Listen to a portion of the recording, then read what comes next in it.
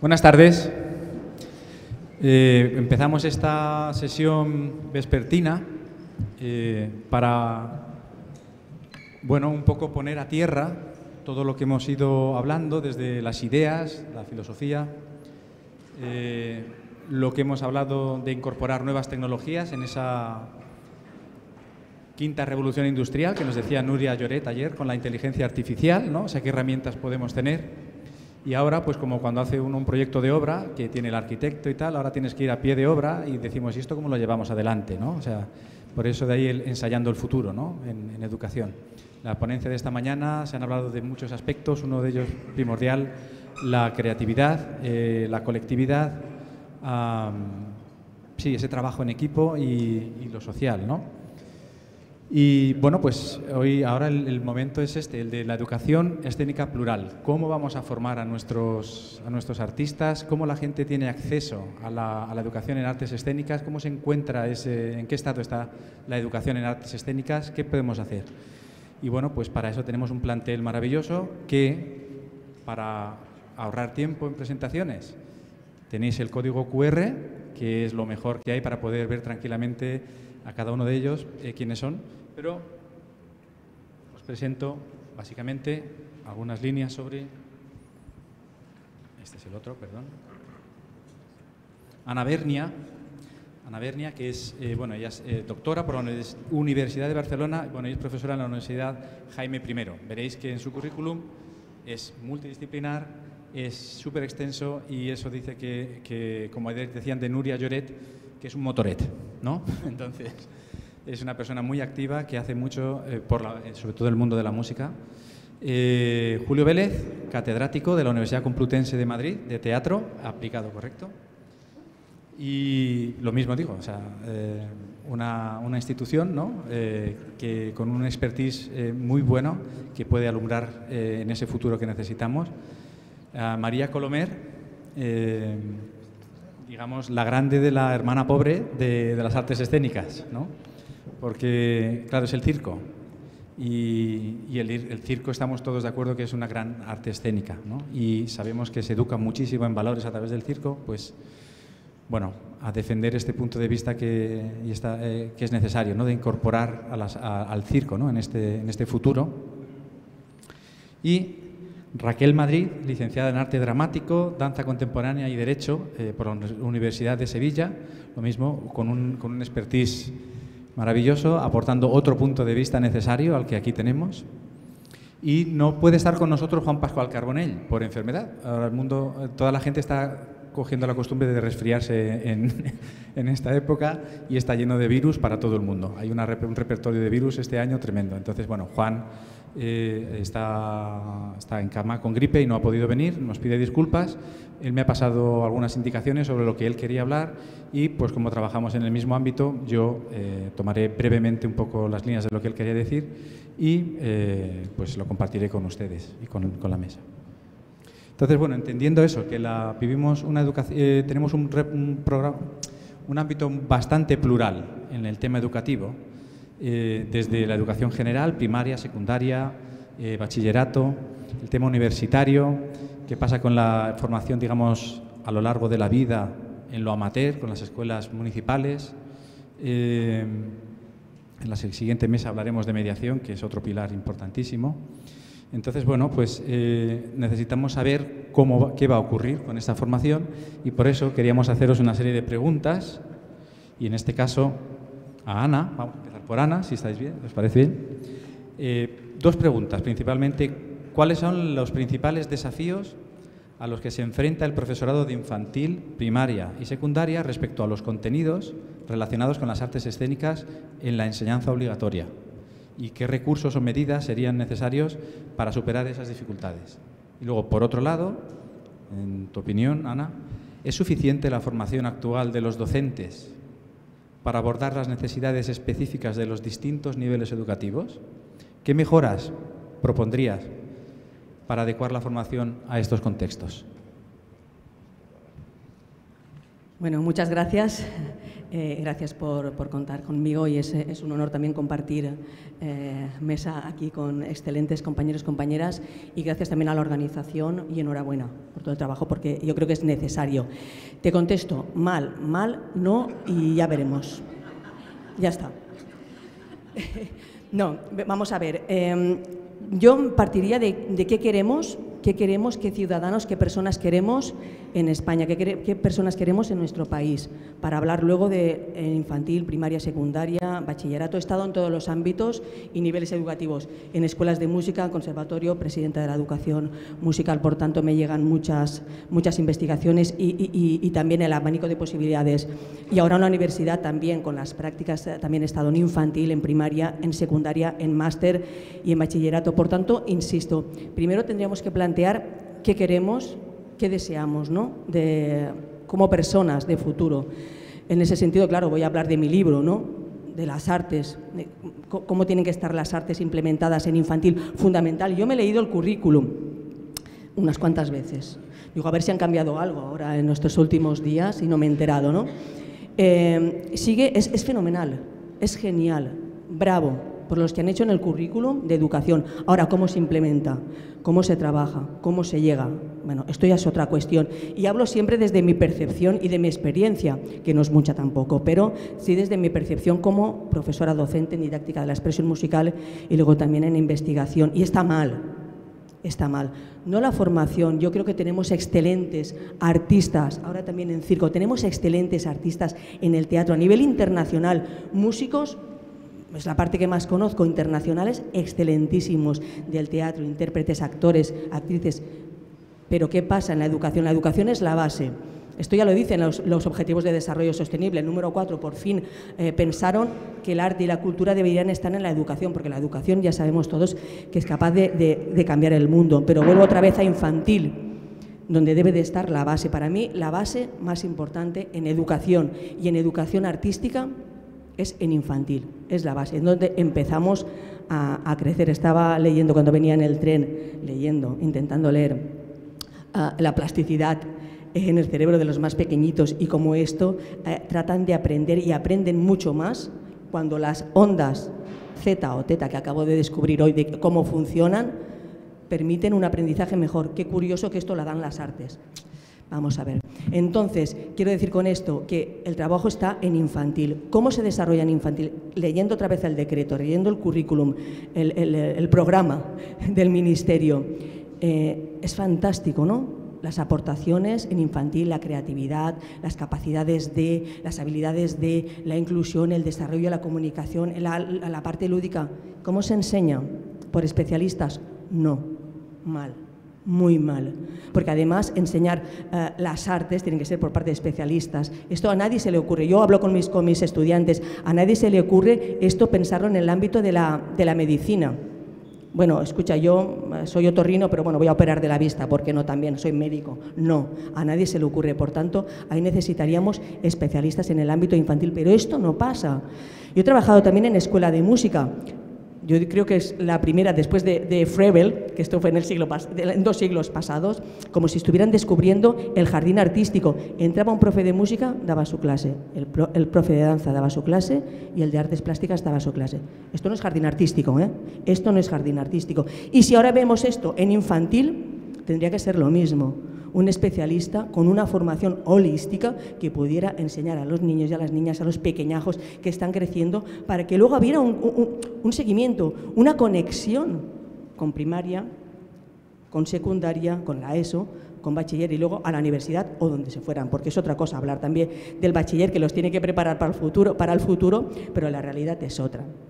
Pero bueno, sigo en infantil, una tesis doctoral se podría aquí desarrollar, ¿no?, en el tema de las especialidades y el tema como el valor, el fundamento está en las artes, la vertebración de las artes, esa parte que permitirá adquirir saberes, adquirir conocimientos y crecer de una manera más general. Porque ¿qué queremos? Cuando pensamos en las artes, y vuelvo otra vez al currículum, las materias, ¿qué aportan al ser humano? ¿Qué aportan a las personas?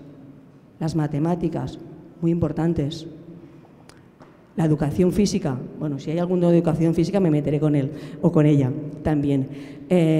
el conocimiento del medio, saber, ¿no? La geografía, saber dónde estoy, la historia, saber de dónde vengo. ¿Qué aportan las artes? Todo aquello que demanda la sociedad. Todo aquello que demandan ahora las empresas, las soft skills, que suenan tan bien, las habilidades blandas. Todo aquello que ahora demanda una sociedad, lo estamos viendo en las noticias, suelo leer diferentes periódicos y diferentes canales para saber qué es lo que me cuenta cada uno, qué es lo que demanda la sociedad. Lo que demanda la sociedad es esa innovación, esa creatividad, ese saber estar, esa inclusión, esa empatía, esa resiliencia, esa afrontación de problemas. Y todo esto lo da las artes. Todo son las artes de manera interdisciplinar. Por tanto, me paso a primaria. Primaria, currículum, educación física, culpables, los profesores de universidades, culpables, mea culpa, me voy a pegar mea culpa. Educación física, ¿dónde están los educadores de física? Ahora que me corten la cabeza. Expresión corporal, ¿enseñan educación física? ¿Un vals a 4 y un tango a 3? Ay, por favor, esto es lo que tenemos, a nivel general. Yo, por la experiencia también, estos pocos años de experiencia, yo diría un 80% se salvan de la quema, de las fallas. El 20%, me quedaría con el 20%, es decir, las especialidades. Hablamos del currículum, hablamos de las troncales, pero en el curso tercero de no sé dónde, que podemos escoger danza, es la materia de artísticas o música. No, es una troncal más, porque es la que aporta todo ese complemento para crear personas del futuro, ¿no? Ahora con la inteligencia artificial y todo esto necesitaremos personas que sepan y que tengan esa capacidad de discernir, de escoger, de ser creativas, de saber afrontarse a estos nuevos retos. Pero el currículum es el que es, por tanto ahí tenemos un trabajo muy importante y luego hablaré de la formación también. Pero los profes que me llegan a mí, la formación que reciben, esta cadena, ¿no? Que vamos diciendo, bueno, primaria, hay una realidad, pero esta realidad está conectada con la universidad, porque es la universidad quien forma a estos maestros de primaria. ¿Cómo me llegan a mí? Pues me llegan a mí de manera general, luego me meteré en la música, de manera general me llegan con muchas faltas de ortografía, con mucha falta de comunicación, con mucha falta de saber hacer y con mucha falta de resiliencia, hasta el punto que me han prohibido decir examen. No sea cosa que les dé algo, algún jamacuco o alguna depresión. No conozco a nadie que le haya pasado esto antes, pero ahora digo tareas evaluables, porque así suena mejor. Pero al final, ¿qué les va a pedir la sociedad? Oposiciones, exámenes. El trabajo tiene que ser competitivo. Estamos en un marco también de actuación, las artísticas que compiten, que competimos entre nosotros mismos. Pero ese es el marco que me llega a mí en general. Y en música, bueno, os da igual, no pasa nada. Si desafino, no pasa nada. ¿Cómo que no pasa nada? Y si es un demi-plié, un semi-demi-plié o algo, no pasa nada, no, lo digo mal, Pero en cambio sí que pasa esto en la medicina. Bueno, oye, un centímetro más arriba, un milímetro más arriba, no, oye, que te cargas al paciente, la yugular, oye, fíjate bien, pero en educación todo vale. Bueno, pues no pasa a nada si desafinamos. ¿Sabéis qué pasa si desafinamos cuando estamos cantando y no lo sabemos? Pues esto se lo explicaría mejor un neuropsicólogo o neuropsicóloga. Pasa algo aquí que no funciona bien. Entonces es importante la sincronía, es importante el ritmo, pero estos van a ser los futuros maestros de primaria respecto a la música, y es la más cuidada. Tú decías antes la hermanita pobre, el circo, pero es la más cuidada de momento la música, Y esto es el perfil que tenemos, y pasamos a secundaria y de lo mismo, no pasa nada. La sociedad es la que marca y los chavales escuchan una música y esta música es la que está de moda. No hay que una música que esté de moda. Nosotros, los maestros, somos los que tenemos esa preocupación también y esa responsabilidad para recetar, igual que los médicos. Oye, tómate esta medicina, tómate esto que te va a ir bien. Oye, tómate esta música, haz este ejercicio, haz estos estiramientos, haz este trabajo, memoriza 5 frases, no pasa nada, no te va a pasar nada. El cerebro incluso va a mejorar. 5 frases, no, una y me la voy a escribir. Tienes que decir algo delante porque es un proyecto de expresión corporal que tienes que decir. No, 5 frases. Esto es la realidad. Soy optimista, ¿eh? Soy muy optimista. Cuando se me cierran puertas, se me abren muchas ventanas y además con la ilusión de seguir formando a los futuros maestros y maestras. Soy de las que voy por tierra saltando, bailando, cantando, gritando, soñando y luchando, pero la realidad es esta y llegamos a secundaria y seguimos con esto. ¿Sabéis lo que ha pasado ahora con la Dana, esa tragedia que tenemos en Valencia, que continúa, lamentablemente, y salía una mujer escandalizada ayer en las noticias, yo la estaba viendo, gritando como una loca, y al final, y tenía razón en parte, tenía razón, porque los chavales nos están escolarizando de una manera correcta, y decía, y encima les enseñan música, pero qué y claro, es que es la cultura que tenemos, cuando empezaba al principio de mi intervención y decía, ¿qué personas queremos? Por trabajo he viajado mucho. ¿Qué personas tenemos, por ejemplo, en otros países cuando se valora el trabajo del maestro? Cuando un maestro, no voy a decir países, lo sabemos todos, creo yo, cuando un maestro dice, no, pero si además tienes el equivalente a grado medio de música, entras por encima cuando vas a buscar trabajo. Y esto igual en España. ¿Y esto por qué? No, porque se supone que una persona que se ha formado en las artes es más disciplinaria, es más implicada, es más responsable, es más trabajadora, se le reconoce mayor sacrificio. Y me quedan 3 tesis más. A lo que voy, en el tema de la formación, mal, muy mal. Digo, insisto, tenemos excelentes artistas en España, pongo la mano en el fuego y los defiendo. Allá donde voy, digo, somos los mejores. En educación hemos fallado. Hay una clara intrusión también por parte del mismo sector, no del mismo sector, mentira, sino de personas que no están formadas como deberían estar y se meten. Yo trabajo mucho en temas de salud, para los que conocéis mi perfil, y yo soy músico y me rodeo de un equipo de psicólogos, neuropsicólogos, médicos, en fin, yo solo hago música, no me voy a meter donde no me llaman. Pero sí que veo una parte de intrusión en nuestro trabajo, en el trabajo artístico. Cualquiera puede bailar, cualquiera puede hacer música, cualquiera puede hacer circo, cualquiera puede hacer teatro. No, se necesita una formación de rigor como en cualquier ámbito científico, porque somos ciencia. Y esto luego hablaríamos también del tema de la investigación, cómo nos formamos, para qué nos formamos, para qué investigamos, dónde investigamos, por qué investigamos. Porque lo del pedal, el piano, cuántas veces se puede tocar el piano en las obras de Chopin está muy bien, pero la investigación performativa yo creo que va mucho más allá de todo esto. Me callo ya si quieres, pero bueno, y seguiría hablando. Muchas gracias.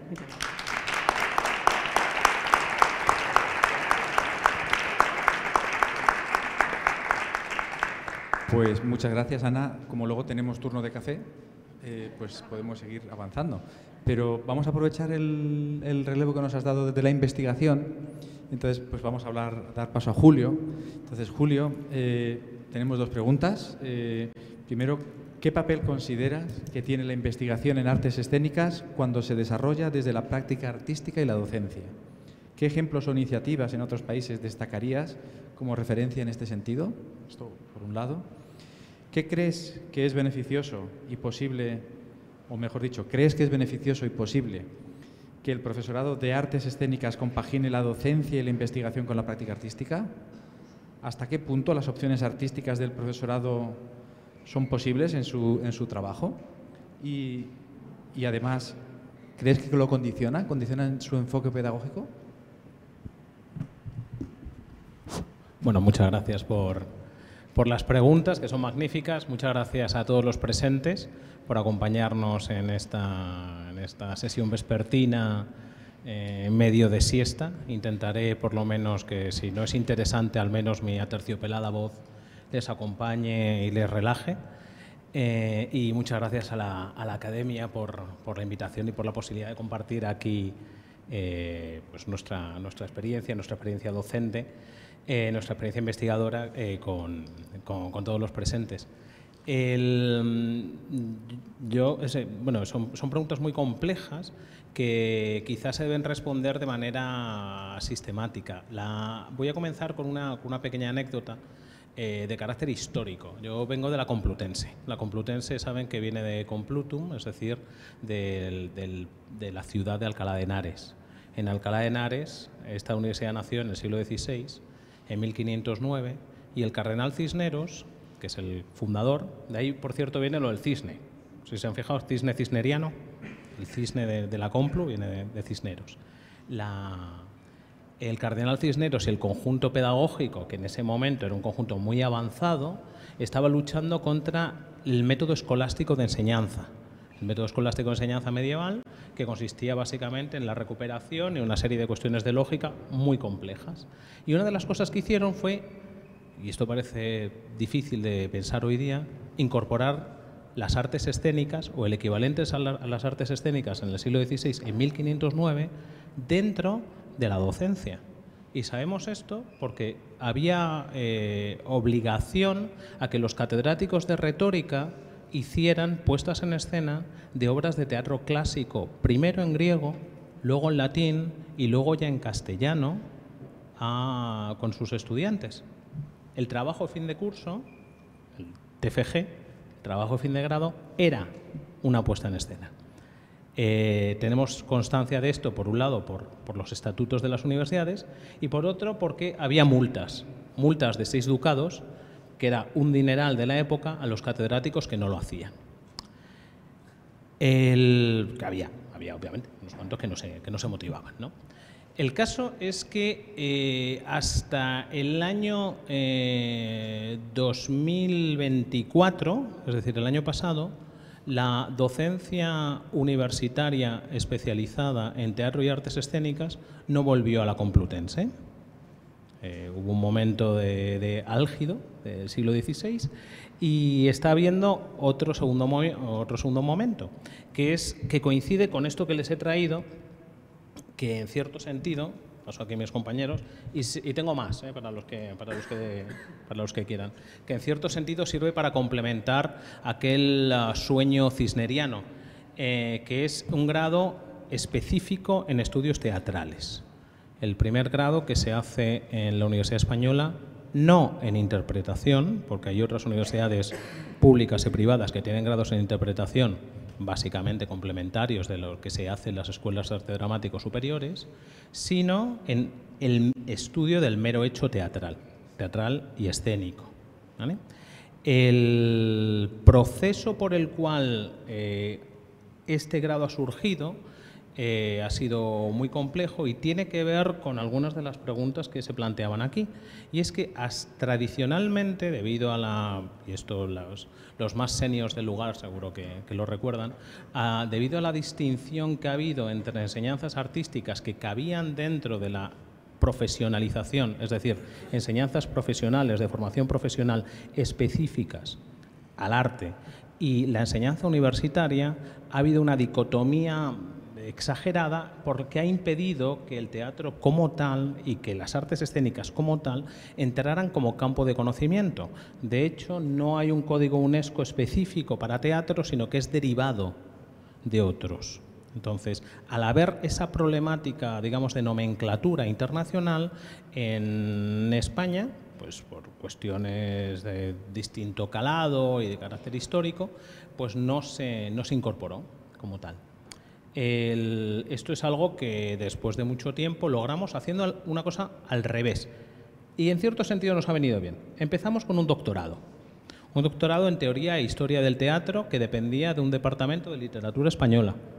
Esto es hace casi 20 años. Es decir, con algo puramente investigador, en el que se desarrollaban tesis doctorales que en principio eran básicamente de historia del teatro y luego poco a poco fueron incorporando la práctica escénica. Con Bolonia cambiamos a un doctorado en estudios teatrales en los que la práctica escénica ya empezaba a formar parte de los propios resultados de las tesis doctorales. Entonces uno podía hacer, por poner un ejemplo cualquiera, una edición de obras de Pérez de Caldós con obras de teatro de Pérez de Caldós con propuestas escénicas de lo mismo. Ese fue un segundo paso. En tercer momento, se instauró un máster. Estos másteres seguro que en algunas otras universidades del Estado los tienen, másteres en teatro, másteres en artes escénicas, dependiendo de universidades públicas. El nuestro ahora mismo tiene 50 estudiantes, o sea, todos los años recibimos 50 estudiantes y tenemos unas 100 y pico solicitudes. Es decir, había un nicho, había una necesidad, gente que venía de la formación, primero gente que venía de la práctica, mucha gente que venía de la práctica de las artes escénicas. Segundo, gente que venía de la formación en artes escénicas, que venía de las escuelas de arte dramático, que tenía que seguir planteándose y que seguir creciendo, y que además se tenía que incorporar la práctica artística dentro de la práctica investigadora. Y ese aspecto, que tiene una serie de reglas específicas, no se ha ido sorteando hasta hace muy poco. Las escuelas de las facultades de Bellas Artes tenían menos problema para hacerlo, pero ha sido un problema. A mí, yo vengo de la Facultad de Filología.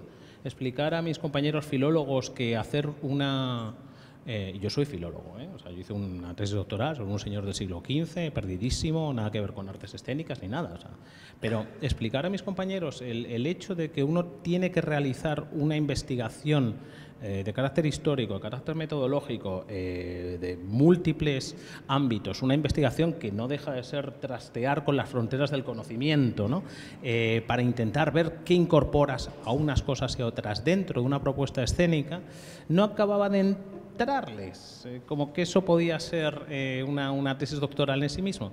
Afortunadamente esto ha cambiado y ahora tenemos ya, desde hace unos 10 años, propuestas que son de carácter investigador artístico, que al fin y al cabo no es nada muy raro, si es que esto se lleva haciendo en los países de nuestro entorno toda la vida, ¿no?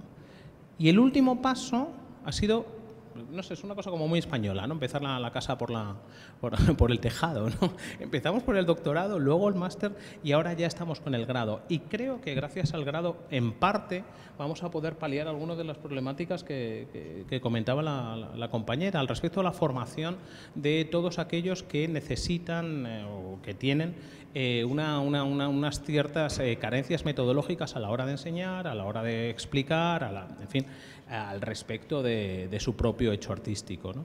El estudio, bueno, lo tienen aquí, si quieren verlo, pongan en Google grado en estudios teatrales, Universidad Complutense. Incorpora elementos característicos de las escuelas de arte dramático sin pisar elementos de las escuelas de arte dramático. De hecho, he de agradecerles ya públicamente a los compañeros de la RESAD, porque este grado no hubiera salido sin el apoyo explícito de la actual directiva de la RESAD, porque supieron decirme hasta qué punto podíamos llegar sin necesidad de que fuéramos, de que nos enfrentáramos, sino más bien de que sirviera como complemento uno de otro. Y realmente en eso estamos y en eso estaremos durante bastante tiempo. La pregunta general de la investigación y la formación tiene una problemática específica. Una de las partes más complicadas a la hora de incorporar todos estos profesionales que primero son artistas, luego son investigadores y después te producen ítems de investigación, es cómo se consignan específicamente dentro de los procesos de acreditación que tenemos en la universidad. Este es el problema fundamental con el que se han encontrado en las escuelas de Bellas Artes al respecto de las facultades de Bellas Artes y que en nuestros casos específicos también se desarrollarán. La normativa ha cambiado en las escuelas, gracias a la Ley de Enseñanzas Artísticas, ¿no? La normativa debe ser, en la Ley de Universidades también se está empezando a contemplar, debe ser aplicada de manera específica por cada una de las comunidades. Y es ahí donde aprovecho para que todos ejerzamos un poco de presión dentro de las distintas comunidades autónomas en las que estamos, porque la aplicación depende de las comunidades. Y es ahí donde se tiene que seguir con el modelo, creo, de poder reconocer la actividad artística o la parte investigadora de la actividad artística como un ítem investigador en sí. Si no, difícilmente ninguno de los compañeros que vienen de las escuelas de arte dramático y que acaban haciendo doctorados, y en muchas ocasiones doctorados magníficos, y de la gente de la profesión que viene que hace doctorados que yo jamás podría hacer porque por mi propia falta de formación, van a poder incorporarse de manera plena. Aquí entra otra problemática, es que algunas comunidades están yendo por el camino de las universidades de las artes, ¿vale? Que es un camino muy respetable, pero que quizá, y tengo dudas, y aquí me gustaría luego que lo habláramos con café, me da la sensación de que puede ser utilizado para una cierta guetoificación de las propias artes. La Universidad de las Artes necesita, o las universidades de las artes necesitan tener una legislación específica, pero fundamentalmente al respecto de la acreditación del valor de las propias artes. Si las universidades generalistas son capaces de reconocer el valor de las propias artes porque la legislación se lo permite, será, creo, más beneficioso en el sentido de que van a incorporarse en universidades y van a hablar par con par con gente que está estudiando o investigando geología o investigando física, que en el fondo no es tan distinto, porque es acabar creando una serie de ítems de investigación que sean una serie de ítems que son evaluables. Y todos evaluamos constantemente. Y los artistas son evaluados de manera constante. El proceso investigador también puede ser evaluable. Y con esto lo dejo. Muchas gracias por su atención.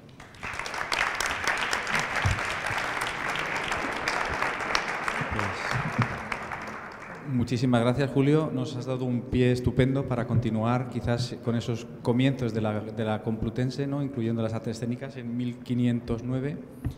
Pues en ese estado igual se encuentra ahora mismo María Colomer con el circo, ¿no? Porque tienen que incorporarse. Bueno, sí, ya hemos pasado un poco la prehistoria. Yo creo que ahora estamos en una etapa un poco más desarrollista. Claro. Pero sí, es verdad, comparado con el resto de las disciplinas escénicas, el circo, desgraciadamente, le queda todo un camino por recorrer de reconocimiento. En este sentido, agradezco a la Academia la visibilidad que le está dando y que está facilitando al circo, porque lo necesitamos, el circo lo necesita, una visibilidad más allá de la que puede ser una carpa plantada en un solar que es popular y bueno, hacen un trabajo muy digno, pero evidentemente a nivel social es otro reconocimiento. Entonces, bueno, el circo. Se empieza a hablar de formación de circo en Francia. La primera escuela de circo la crea Anni Fratellini en el 1974. Quiero decir, que pensemos en esto. Eso no quiere decir que antes no se enseñara circo. Lo que pasa es que se enseñaba de otra manera. Era de una manera familiar, pues como se hacía en teatro también en la Edad Media, ¿vale? O la época en que se aprendían los oficios, que se pasaba de maestro a aprendiz y se desarrollaba dentro de la propia carpa, dentro de la propia familia.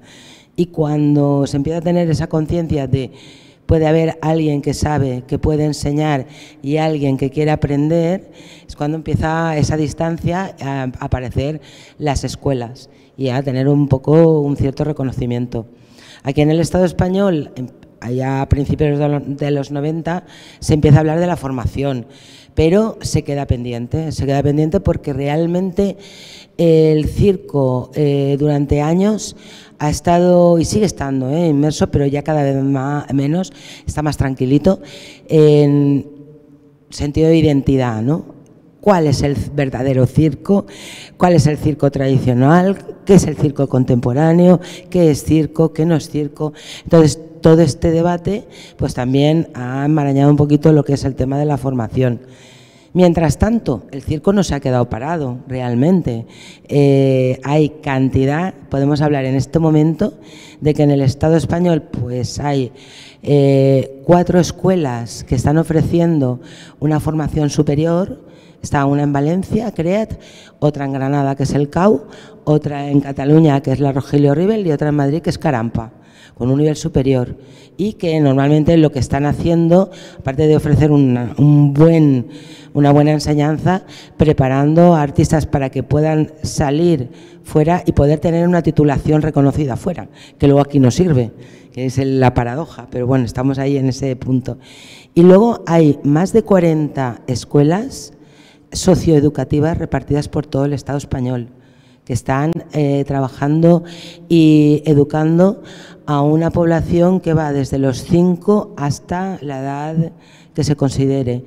En algunos casos sirven también como formación elemental o básica para poder entrar en estas escuelas superiores, y por otra parte pues están dedicándose también a lo que podríamos llamar multicirco. Cuando hablamos de multicirco es el circo contemplado desde el ámbito educativo, de educación no formal, en el tiempo libre, como actividad lúdica, ¿vale? Y también, aparte de estas 40, pues hay una gran cantidad de espacios que también están enseñando circo. La realidad también resulta que sí que hay algunos institutos que dentro del bachillerato artístico han cogido circo. En Cataluña hay alguno, en la provincia de Granada hay alguno, pero claro, depende mucho de la voluntad del profesorado que le toque ahí para poder asumirlo. Como también en la primaria, sobre todo en el tercer ciclo, los profesores de educación física, la acrogimnástica, los malabares, una serie de técnicas circenses se han encontrado en la escuela por vía de esta figura.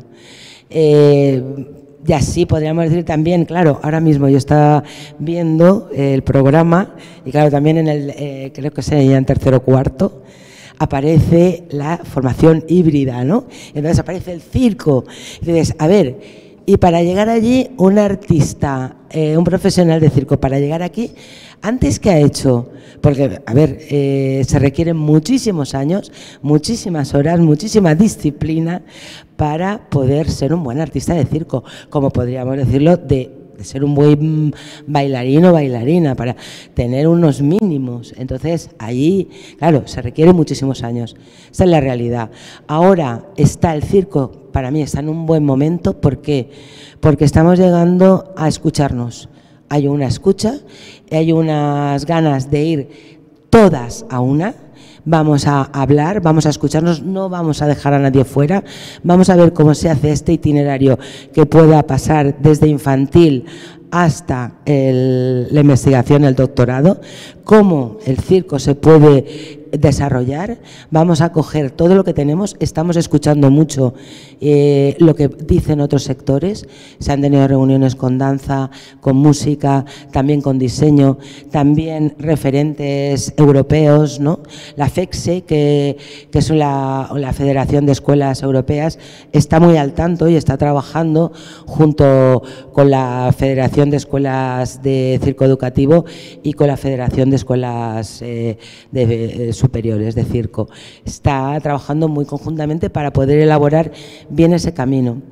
Aparecen preguntas, incógnitas, dudas que tenemos, también porque las consideramos necesarias en circo. Entonces, una de ellas es la formación de formadores, a ver cómo esta cualificación, cómo se va a hacer, cómo tener mucho cuidado para que la gente no se quede atrás, gente que ha estado toda la vida enseñando circo, porque de pronto tenga que ser una X titulación, no pueda entrar.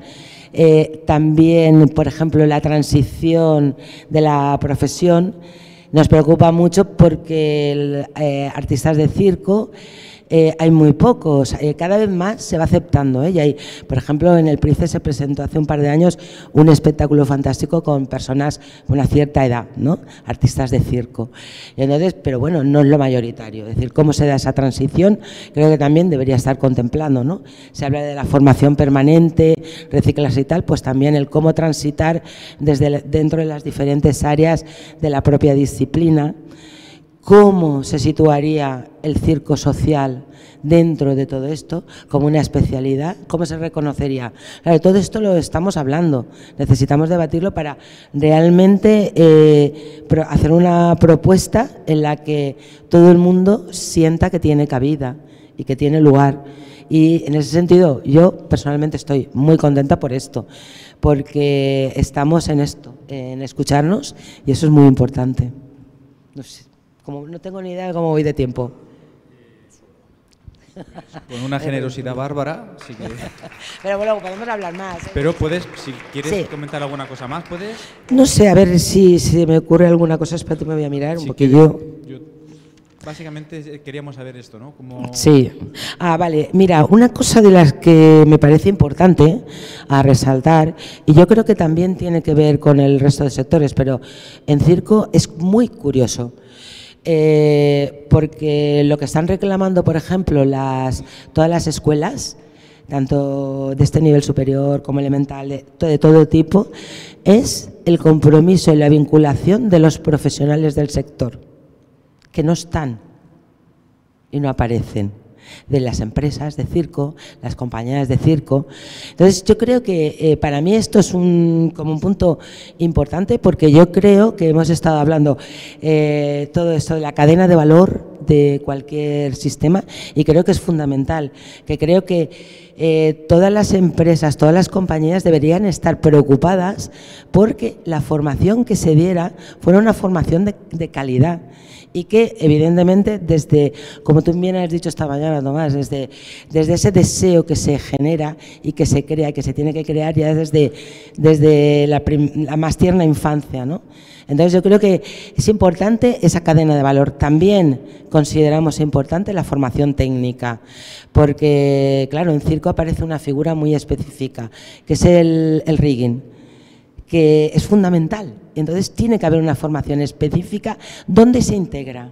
Se integra dentro de esa formación de circo, ¿dónde entra? Bueno, no sé si conocéis, sabéis que la figura del rigging es realmente la persona especialista en trabajar toda la cuestión del desplazamiento de alturas. Entonces todo, quien conoce cómo construir, por ejemplo, estructuras de circo donde luego se van a colgar trapecios, o incluso quien acompaña a la trapecista o al artista que está trabajando en telas para que estén bien colgadas con la sujeción correcta, que subirle, bajarle, quiero decir, que es todo un conocimiento fundamental en el circo, y que también tenemos que encontrarle su lugar.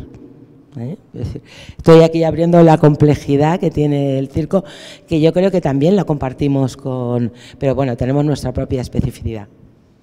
Ahora sí, yo creo que ya.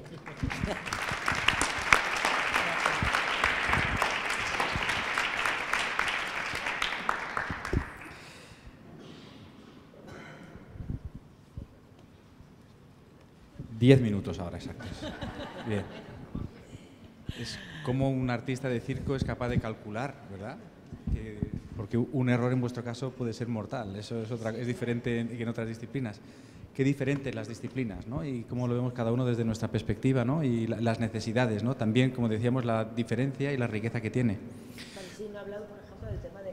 Pero yo creo que ahí la danza se acerca bastante al circo, padecemos lo mismo. Y es como nuestro cuerpo se lesiona, ¿a que sí, Rodolfo?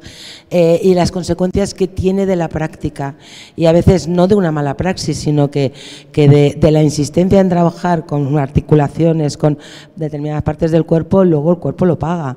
Y a ver, una persona con 40 años, si tiene una lesión que le imposibilita bailar o que le imposibilita subirse al trapecio o hacer la rueda CIR, ¿a dónde va? ¿Qué hace? Sí. Pues pasando entonces al mundo de la danza, música, teatro, circo, danza, pues Raquel, con ese gran expertise que tienes y multidisciplinar, además. Sí, porque estaba viendo como que yo soy todo muy especialista y yo no me siento muy especialista de nada, en verdad, sino un poco de todo, porque es verdad que estudié arte dramático, tengo también la licenciatura de danza contemporánea, pero también he estudiado circo y he sido artista de circo, menos música, pero la música va de la mano de todo, por lo tanto, entonces bueno, y soy bailarina y coreógrafa, verás. Bueno, al hablar se oye la musicalidad de Raquel también, ¿no? Eso lo hemos oído.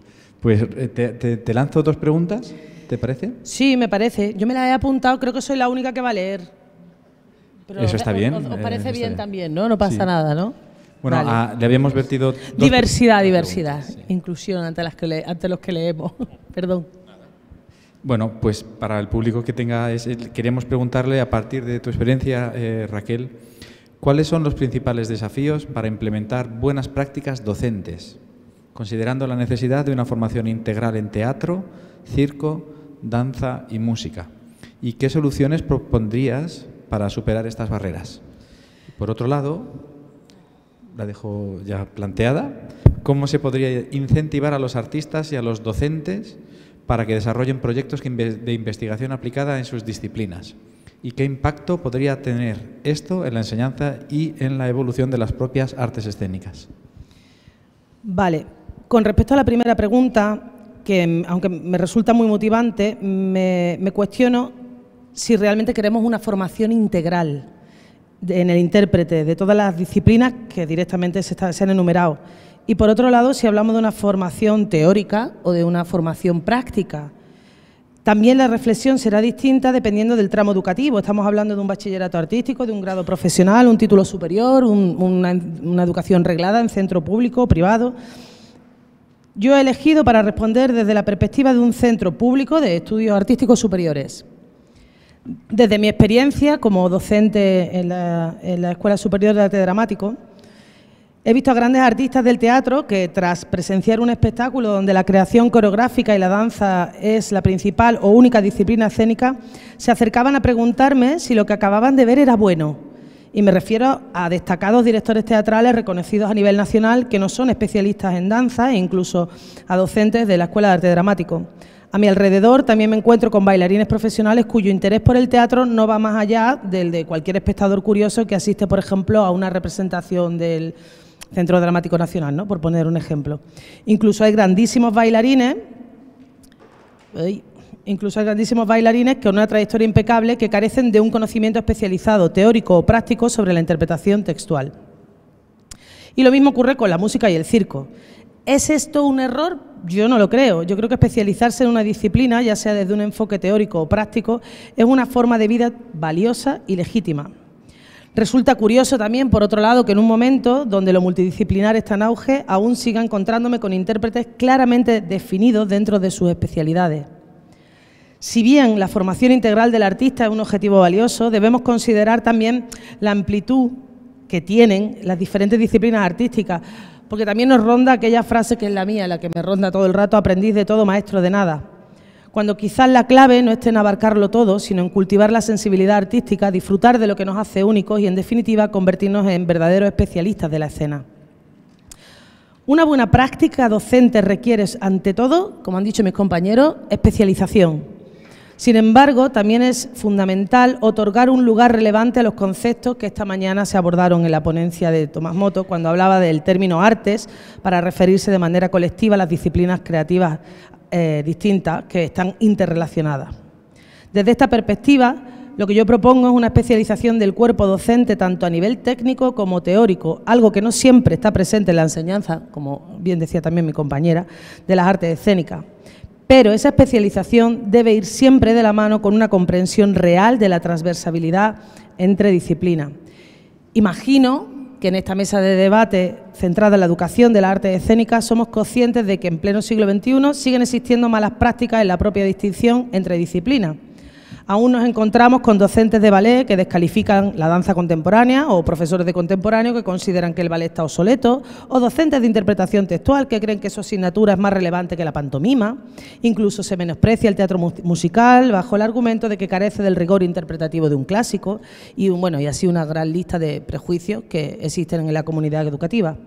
Este, para mí, es el gran problema del cuerpo docente. En la teoría, en el currículum, la transversalidad está presente en todas las guías académicas, pero en la práctica sigue siendo la gran asignatura pendiente. Por ello, y la buena noticia, es que la nueva Ley de Arte Escénica contempla la investigación, la práctica artística y la formación permanente como un derecho y una obligación del profesorado, y por lo tanto una responsabilidad de las administraciones y los propios centros.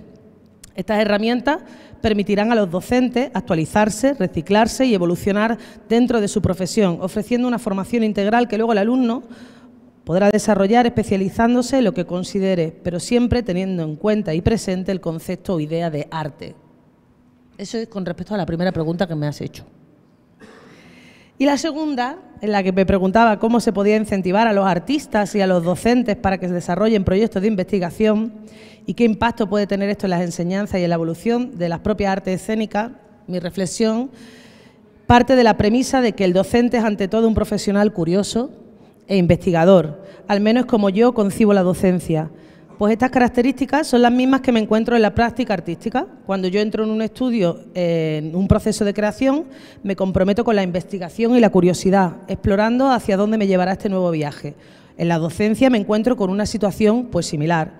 Enfrente, un grupo de alumnos y alumnas que no conozco y a quien debo descubrir para guiarlos en el aprendizaje de la disciplina que imparto. Mi objetivo es que desarrollen un conocimiento profundo y lo aprovechen tanto en su faceta artística y no olvidemos en su faceta profesional, personal y humana. Si la curiosidad y la investigación son esenciales en la vida de artistas y docentes, ¿por qué no se fomentan más? En mi opinión, esto responde a cuestiones de tiempo y de modelos de trabajo, especialmente aquí en este país, en España. Aquí las residencias artísticas de investigación rara vez son remuneradas. Y perdón que hable del aspecto económico, pero esto al fin y al cabo es una profesión y tenemos que vivir de ello. En otras disciplinas, como la ciencia, a la que mi compañera hacía referencia, es bastante común financiar investigación para encontrar curas o desarrollar nuevos tratamientos médicos. Sin embargo, en las artes resulta extraño que se destinen recursos para investigar una corriente escénica o explorar nuevas formas de habitar la escena, sin que esto implique necesariamente la producción de una obra. A menudo, la investigación artística solo se justifica si culmina en un estreno. Muéstrame que has estado investigando. ¿Me queréis dejar que investigue? Que eso ya es trabajo. Relegan la experimentación a un papel secundario.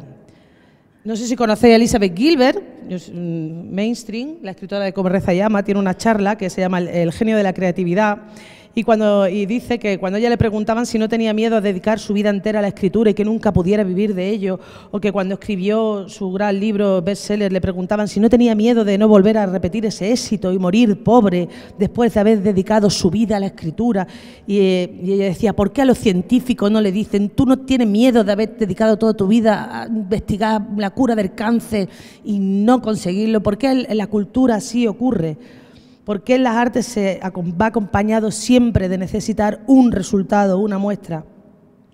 Entonces, ¿cómo incentivar la investigación en las artes escénicas? La respuesta pasa por incluir el factor económico en la ecuación. Toda investigación exige tiempo, dedicación y, por tanto, remuneración. No es más que una cuestión de igualdad de oportunidades con respecto a otras disciplinas, como la literatura o la ciencia. La investigación en artes escénicas es fundamental para el desarrollo cultural y para mejorar las habilidades esenciales en la sociedad, también como se señaló esta mañana en la ponencia, habilidades de aprendizaje, alfabetización para la vida o para el desarrollo global sostenible. De nuevo, la buena noticia es que la nueva ley otorga un lugar destacado a la investigación, ya que en su articulado, en el artículo 51, dice que las funciones del profesorado de las enseñanzas artísticas superiores se encuentra la investigación, experimentación y actualización y mejora continua de los procesos de enseñanza y la contribución al desarrollo científico y a la creación artística y cultural. Y en el artículo 52 se habla del reconocimiento de la actividad investigadora y el ejercicio artístico, pero habla de incentivos económicos. Esto supone un gran avance. La investigación de artes escénicas no solo se reconoce como obligatoria, sino que también se plantea su retribución, equiparándola con otras carreras universitarias. Ahora bien, es importante también definir qué entendemos por investigación. ¿No estamos hablando de investigación pedagógica o estamos hablando de investigación o la investigación artística dentro de la disciplina impartida por el docente? En mi opinión, ambas son necesarias. Si las artes escénicas evolucionan en el plano artístico, sus métodos de enseñanza también deben hacerlo para garantizar una transmisión coherente del conocimiento.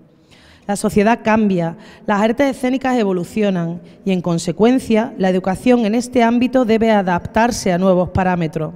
Como no hacer exámenes, sino, como habías dicho antes, cosas evaluables, ¿no? Tareas evaluables. Basándome en mi experiencia, en las clases de arte dramático que recibí en los años 90, no se parecen en nada a las actuales. De hecho, estoy convencida de que si algunos métodos que entonces se aplicaron se hicieran ahora, algunos de esos docentes estarían en la cárcel actualmente.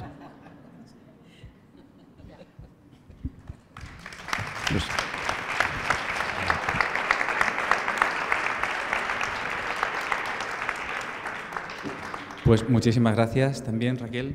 Y yo dejo para el final, como no era la persona que tenía que intervenir, pero sí sé lo que quería comentar Juan Pascual Carbonell, que es el director de la Escuela Municipal de Música y Danza de Alcobendas. Es una escuela que surge antes de los años 90, que como todas las escuelas municipales, surge luego al amparo de la orden ministerial del año 92, con lo cual ya este año cumple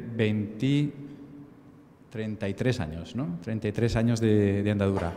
Y es una escuela pues, que es un poco referente en España y en Europa, porque bueno, son 1.700 alumnos, es una escuela completamente pública, el profesorado es funcionario y bueno, pues tiene una manera de funcionar que es un poco lo que vamos a ver que podría aportar, ¿no? Entonces, las preguntas que le planteábamos a Juan era qué creía él que la formación del profesorado, respecto a la formación del profesorado, si debería ser adaptarse al tipo de enseñanza, si es reglada o no reglada, o al nivel educativo, es decir, primaria, secundaria, superior, y qué elementos comunes y qué diferencias creería que hay en cada caso.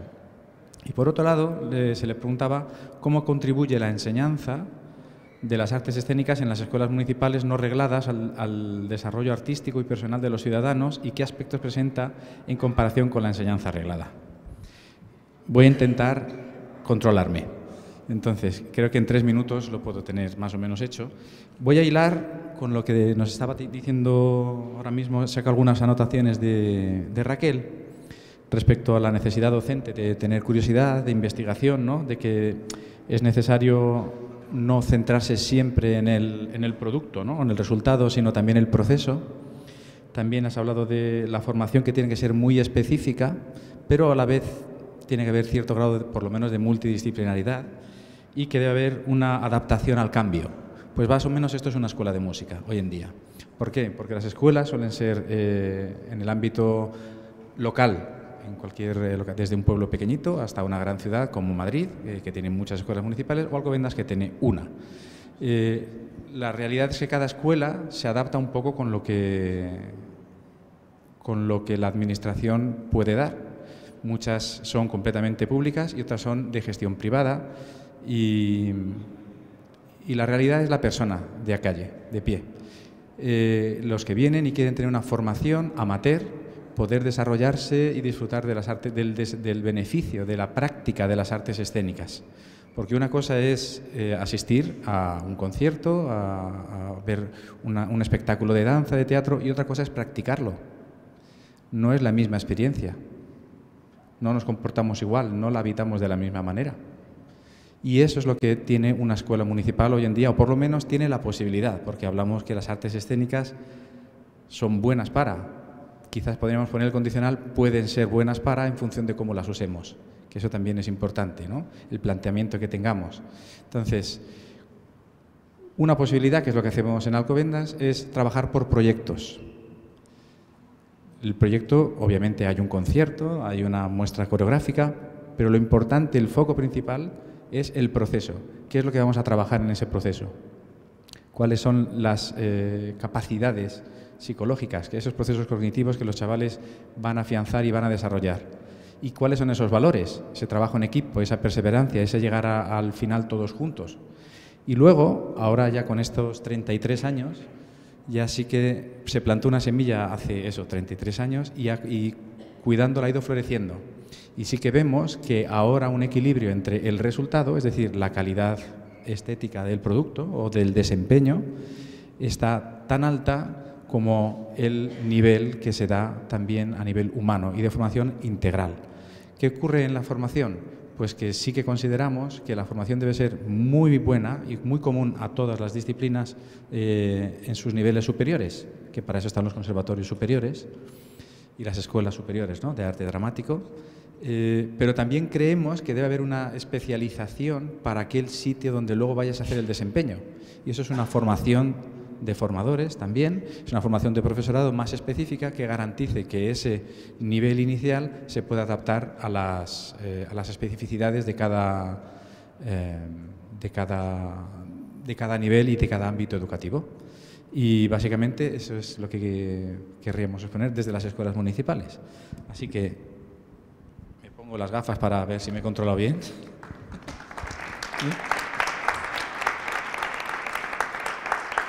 Bien, perfecto. Entonces, pues pasamos al turno de preguntas y pues por aquí, ¿los micrófonos son estos? ¿Son esos? Vale.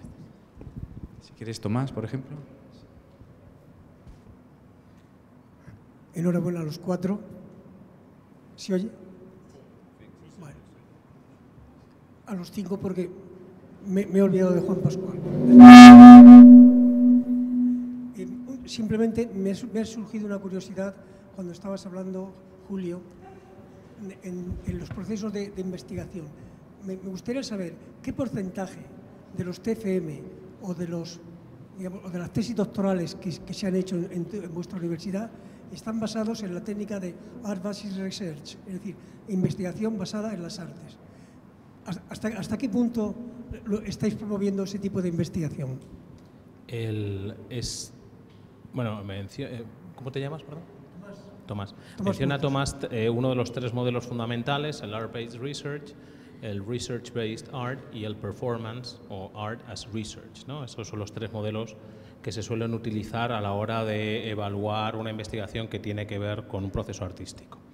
El art, en el caso específico de la Complutense, en el doctorado que tenemos, que acepta 20 estudiantes todos los años y que ahora mismo tenemos 80, cada uno por los 4 años, te diría que el Art-Based Research es aproximadamente entre un 25 y un 35%, dependiendo de la cantidad dependiendo del año. A veces hay más, a veces hay menos.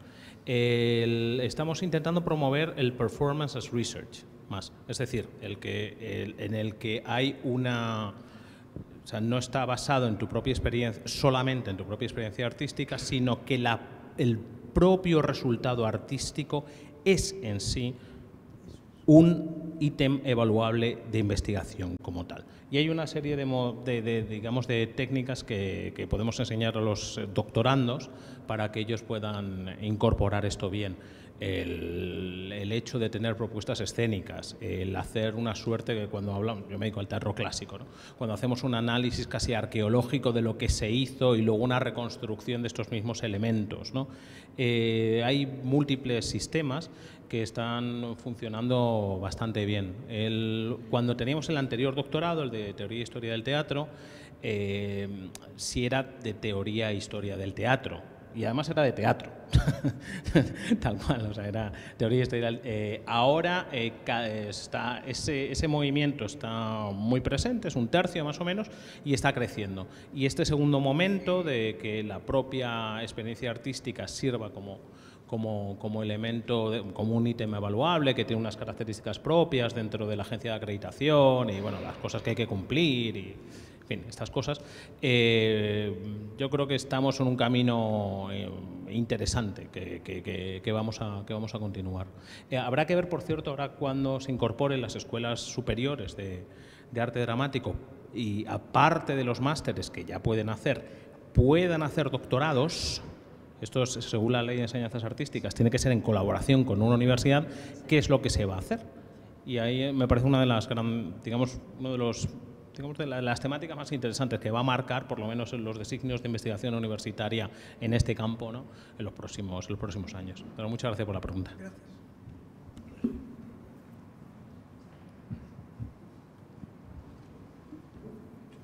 Sí, muchas gracias. Siguiendo un poco con la explicación del compañero Julio Vélez y lo que se ha hablado de la formación de formadores, quién forma a los que van a formar en teatro. Hasta ahora lo que había eran las ESAT o las RESAT, que desgraciadamente no eran universitarias, ahora se van incluyendo en los centros. Pero ya ha mostrado el profesor Vélez la resistencia que a veces hay en los propios filólogos, que son las facultades donde incrustamos esta enseñanza.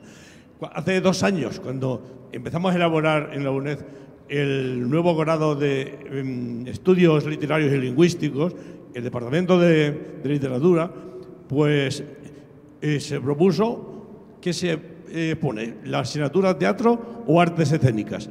Por absoluta mayoría, excepto 2, otra persona y yo, dominó teatro. Aquí hay que conservar los 3 géneros clásicos.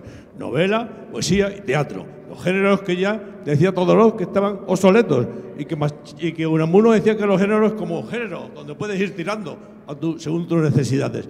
Y yo le dije que incluso en el siglo XIX, en el libro de Josep Issart, El arte escénico en España, no se habla solo de literatura teatral, se habla ya de actores, de Calvo, de Vico, etc. Un libro que, por desgracia, cuando ya me lo había pagado la editora nacional, 80.000 pesetas en 2 volúmenes, llegó el nuevo gobierno, cerró la editora nacional, una desgracia para la cultura española, y no salió. Bueno, la cuestión es la siguiente. Cuando se crea un nuevo grado, o cuando se quiere introducir, me pasó cuando era decano con periodismo y comunicación audiovisual. Todo el mundo quería una asignatura y ahora se está con un grado, un multigrado de comunicación. ¿Qué pasa? Todos quieren explicar, poner su asignatura, griego, latín, informática, etcétera. Con la paradoja que después, al final, a mí me tocó, todos se quejan de que tienen muchísima carga escénica. Si tienes mucha carga docente, ¿para qué quieres más? Esta es la gran cuestión. Pero, en fin, esta resistencia encontramos, por desgracia, en la Universidad Española, en la que yo conozco, y conozco muchas otras, y conozco algunas europeas, y que no funcionan así, afortunadamente, ni siquiera las africanas funcionan así. Pero voy a decir mi última experiencia.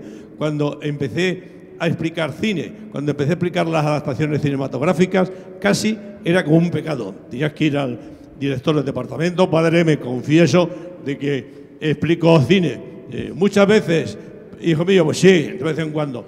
¿Solo o en compañía de otros? Bueno, pues de vez en cuando en compañía de alumnas, etcétera, etcétera. Esta era la situación, y es una situación que, por desgracia, los que se llaman filólogos, somos filólogos, me parece que es vergonzoso cuando las artes escénicas, y yo creo que lo que habéis expuesto, sobre todo las experiencias, son magníficas, y los deseos que ha puesto Ricardo y los deseos que estamos poniendo son maravillosos.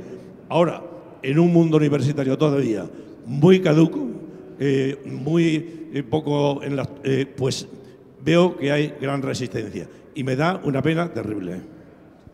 Muchas gracias.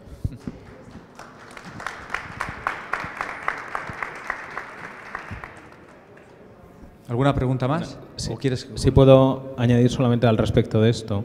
Al hacer, muchas gracias por el comentario, a la hora de hacer el grado, ahora se han matriculado ya los estudiantes, hemos tenido la experiencia este primer año, acabo de entregar los exámenes y demás, ¿no? Le pedí los datos a... ¿Perdón? No, me he cargado, vamos, soy más malo.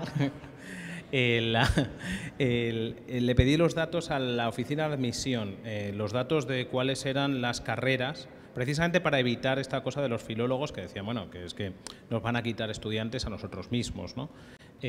Cuáles eran las carreras con las que estaban, digamos, que estaban considerando los estudiantes, ¿no? Ya saben que pueden pedir, después de la EBAU o de la no EBAU, vamos, de lo que sea, hasta 8 o 9 especialidades. Los estudiantes, la mitad de los estudiantes que luego se matricularon solamente pidieron estudios teatrales. 8 pidieron o estudios teatrales o consideraban algún tipo de comunicación audiovisual. Había 2 o 3 de musicología que pudieran considerarse y el resto era un totum revolutum de si filosofía, alguna filología, etcétera. Que lo que viene esto a decir es que es un nicho específico de estudiantes que necesitaban o que pedían incorporación a los estudios universitarios, porque en sí no se competía con nadie, no es que fueran a hacer periodismo o estudios teatrales, era en sí los propios estudios teatrales como tal. Claro, los filólogos, bueno, pues pueden más o menos, filólogos, historiadores, gente de Bellas Artes y filósofos, que son los que participan de manera más activa, y también en la Facultad de Educación, aquellos que participan de manera más activa, ¿no? Pueden decir lo que sea, pero en realidad es verdad que es indudable que es su propio campo específico, que está en un proceso de cambio, de modelo, de este ambiente familiar profesionalizante en el que uno empezaba haciendo unas y luego poco a poco iba acabando haciendo otro tipo de estudios, como ocurrió en otros campos, como en enfermería, en periodismo, etcétera. Es sencillamente un proceso más y no se le puede poner tampoco diques al mar. O sea, es que es un proceso que yo creo es absolutamente imparable. Entonces, que uno pueda defender que hay que enseñar qué sé, el genitivo sajón en no sé cuánto, me parece estupendo, pero es que es un campo y es un campo de crecimiento. Y a mí me parece muy interesante que estemos aquí precisamente reivindicando que ese campo continúe y que se aplique bien, que la legislación, que eso corresponde a las comunidades, se aplique correspondientemente, porque si no va a ser muy complicado, sobre todo que los compañeros de las escuelas de arte, en general, de las escuelas superiores, que tienen una carga docente muy importante, puedan desarrollar a la vez proyectos de investigación y encima proyectos artísticos. Entonces yo creo que ahí hay que hacer todavía bastante labor pedagógica al respecto de qué es lo qué se le puede pedir, ¿no? Qué se le puede pedir a la gente y cómo se debe evaluar. Muchas gracias, Julio. Teníamos una pregunta y con esta cerramos esta sección. Luego vamos un poco justos. Si nos da tiempo, ponemos una más. Vale, muchas gracias. ¿Se escucha, no? Bueno, me llamo Julio de Torres. Me gustaría hacer como un redondeo porque esto suscitó muchas reflexiones, ¿no? Estuve coligiendo lo siguiente, que hablamos de 3 importantes ámbitos en la investigación, específicamente en lo académico. Por un lado, la investigación en artes, la investigación artística. Recién hablamos también de investigación basada en artes, ¿no? Pero ¿creen ustedes que un futuro para las artes escénicas en España y, por supuesto, para todas las diferentes regiones en América Latina, que es de donde vengo, el arte como investigación sería como una utopía o un objetivo a llegar? Porque hablamos recientemente de lo multidisciplinario, ¿no? Es decir, el arte, o sea, el enfoque artístico en las diferentes disciplinas, en todos los niveles educativos, ¿no? Pero el arte como investigación me parece que sería como la posibilidad que tendríamos de emular en la misma búsqueda que hacemos en lo académico, ¿no? Emular la misma búsqueda en lo que hacemos los creadores, ¿no? Dentro del ámbito académico, pero ya saliéndonos un poquitito de lo que es la estructura, por así decirlo, positivista, ¿no? Que es lo que buscamos cuando hacemos investigación, teniendo el arte como un mero objeto de estudio y trascender eso al punto de tratar de emular el mismo proceso creativo dentro del ámbito de la investigación. ¿Creen que eso es posible hacerlo en un futuro no muy lejano? Y para cerrar nada más, hay una reflexión que me gusta mucho de André Carreira, que es un productor teatral, un teatrólogo brasileño, que dice lo siguiente: el teatro, yo agregaría, o el arte, tiene la vocación de colocarse en el espacio como un obstáculo a las continuidades. Con eso cierro. Muchas gracias.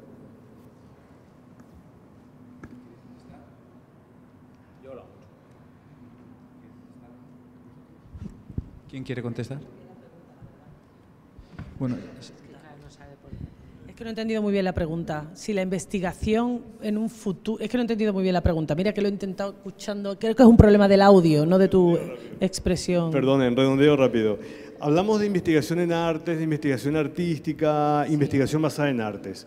¿Hay una posibilidad en un futuro de trabajar el arte como investigación, alejándonos un poquitito de los preceptos académicos y estructurales, metodológicos, ¿verdad?, que son en las que nos ceñimos generalmente, teniendo el arte como un mero objeto de estudio y emulando el proceso creativo, ¿verdad?, como una búsqueda futura, ¿verdad?, en aras de tener al arte como una investigación? Ojalá. Ojalá, a lo más cercano desde mi conocimiento, suele ser en Francia, donde las compañías y los artistas viven de las residencias de investigación y luego si acaso alguna función, pero porque son remuneradas. Es decir, hay gente que se dedica y su profesión es la investigación y por lo tanto el arte como investigación. Es a lo que hablaba antes, ¿no? Lo mismo que hay investigadores de ciencias o de literatura, tendría que haber investigadores de arte como tal, sin necesidad de, era lo que estaba yo reclamando, sin necesidad de reclamar un producto o un resultado de eso mismo. Y yo me gusta pensar que no es muy lejano, porque creo que cada vez somos conscientes de lo necesario que es eso, porque si no estaríamos más anclados como sociedad. Muchas gracias. La última pregunta, cerramos con... Hola, buenas tardes. Muchas gracias por vuestras intervenciones. Yo me planteo, a ver si soy capaz de plantear bien esta pregunta. En este contexto de la investigación, donde se ha hablado de la investigación pedagógica y de la investigación artística, también como ha comentado la anterior persona, la persona que ha planteado la anterior pregunta, me pregunto cuál es esa comunicación desde vuestro punto de vista de la investigación, si tuviésemos que hablar como de un orden, como por así establecerlo, desde la investigación, la pedagogía, el hecho escénico, hasta que llega a los estudiantes y a los creadores que luego lo transforman en una obra. Esa comunicación, ¿cómo veis que es el impacto de la investigación hasta las personas que efectivamente luego van a hacer el hecho escénico, y que muchas veces hay una distancia tan grande entre esa investigación y el público? El público ya no solo como las personas que consumen el hecho escénico, sino como las personas que el día de mañana se quieren presentar como artistas o que tienen unas inquietudes. No sé si entendéis lo que quiero decir, ¿no? Cómo la investigación aporta esos contextos de investigación de los que estáis hablando, descienden en esa cadena hasta las personas que luego se quieren pues presentar como artistas, ¿no? Y si creéis que hace falta que exista más comunicación entre cada uno de esos eslabones. Hablamos de ciencia de implementación, ¿no? Es realmente esto, ¿no? Las estrategias de implementación. ¿Alguien quiere? Sí, ¿quieres decir tu nombre? Astrid Jones. Lo digo yo, es Astrid Jones. Vale. ¿Queréis alguien? Bueno, yo básicamente, no sé si he entendido bien la pregunta o no, pero básicamente yo lo que pondría en valor es que en la investigación yo creo que tiene que haber dos cosas importantes, ¿no? Por una parte es crear algo nuevo, es un conocimiento nuevo, y por otra parte que sea beneficioso para la sociedad. Y con esto ya yo creo que lo contestaríamos todos, desde cualquier eslabón que cualquier persona plantee. El investigar en pedagogía ya se investiga en el aula, en el hecho pedagógico es investigación. Cuando tú estás dando clase, estás impartiendo una clase en el ámbito artístico especialmente, mucho más que en el resto de disciplinas, pienso yo, que es cuando tú estás corrigiendo, estás dando otros caminos al alumnado para que investigue, para que cree, y tú le estás dirigiendo y ya estás investigando. Si por aquí no funciona, estás corrigiendo, le estás dando otras alternativas, estás investigando en el propio terreno, en el terreno de juego. Faltaría el método científico luego, cómo lo implementamos, pero ya estás poniendo en valor algo nuevo, un conocimiento que va a ser beneficioso para la sociedad. Investigar por el hecho de investigar para nada, no tiene sentido, incluso en el arte, pero en la ciencia también, incluso en el cáncer, ¿no? Investigar es para que haya algo bueno. Incluso cuando te equivocas, los científicos mismos lo dicen, ¿no? Lo decimos todos, ¿no? Cuando se intentó descubrir la vacuna para la pandemia, aquellos caminos en los que salía negativo era bueno, porque sabía que por ahí no teníamos que ir. En el sentido del arte es igual. Yo pienso que es igual, ¿no? Que tenemos que tener esos dos pilares fundamentales, luego tenemos que tener el rigor, da igual que sea en el ámbito pedagógico como en el performativo. Hay que seguir un rigor, un método científico de rigor. No todo vale, porque es arte, ¿no? Como es arte todo vale, no todo vale tampoco en arte, al contrario, hay que ponerse en valor, es mi punto de vista. No sé si te he enredado mucho, ¿no? Pero yo creo que es el fundamento. Y luego la exploración, lógicamente, ¿no? Que te va abriendo esas posibilidades y vas conectando, ¿no? Y esa recepción que tiene el público, que también es partícipe a veces, incluso, ¿no? De la propia investigación performativa, ¿no? Esa respuesta que luego te da, ¿no? Y cómo tú la puedes meter dentro de tu propia investigación, no solo en el arte en general, en la música, en los auditorios, ¿no? En la escenificación, en las obras, en la mirada, por ejemplo, ¿no? Esa respuesta tú la puedes reconducir, pero claro, tiene que seguir todo un método científico. Para mí, todo no vale. Hay que tener ese rigor, ¿eh? Bueno, en mi percepción, ¿eh? Gracias. Pues muchísimas gracias a todos. Raquel, María, Julio, Ana y a todos los asistentes, claro, que después de comer siempre es más complicado y habéis estado muy atentos, habéis planteado preguntas, que es lo que ayuda al conocimiento. Si no se plantean preguntas, no se aprende. Y eso siempre es importante. Así que gracias y después del café continuamos.